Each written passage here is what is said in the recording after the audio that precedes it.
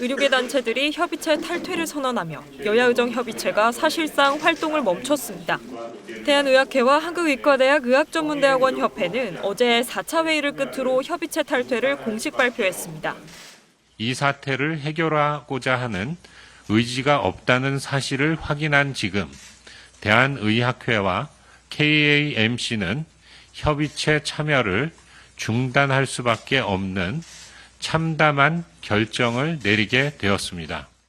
의료계는 내년도 의대 정원 조정과 의사인력 추계기구 설립 등을 요구했지만 정부와 여당은 입시 혼란과 법적 문제를 이유로 이를 받아들이지 않았습니다.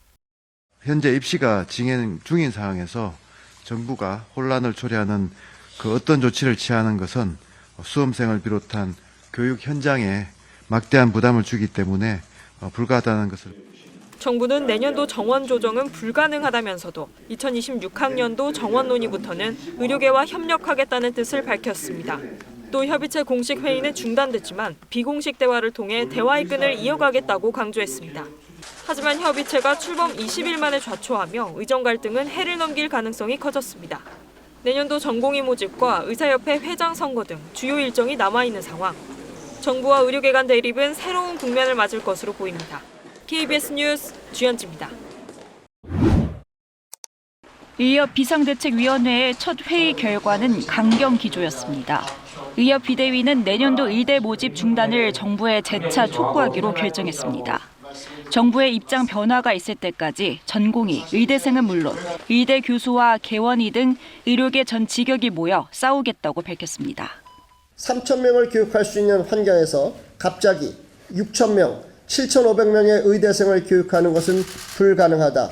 정부가 이를 무시하면 의대 교육 환경은 파탄으로 갈 것이며 의협 비대위는 정부의 일방적인 의대 증원으로 의대 교육은 파행을 겪고 후유증은 10년 이상 이어질 것이라고 지적했습니다. 그러면서 정부와 여당에 대해 끝까지 책임을 추궁하겠다고 경고했습니다. 의정 갈등 해법을 모색하기 위한 여야 의정협의체 참여에도 선을 그었습니다. 협의체 참여 여부에 대해서는 비대위 차원의 논의조차 없었다며 의정 대화의 조건은 내년 의대 정원에 대한 정부의 입장 변화라고 못 박았습니다.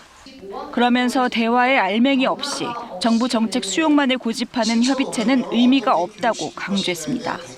협의체에 참여 중인 대한의학회와 의대협회를 향해서도 무거운 짐을 벗고 나오라고 촉구했습니다.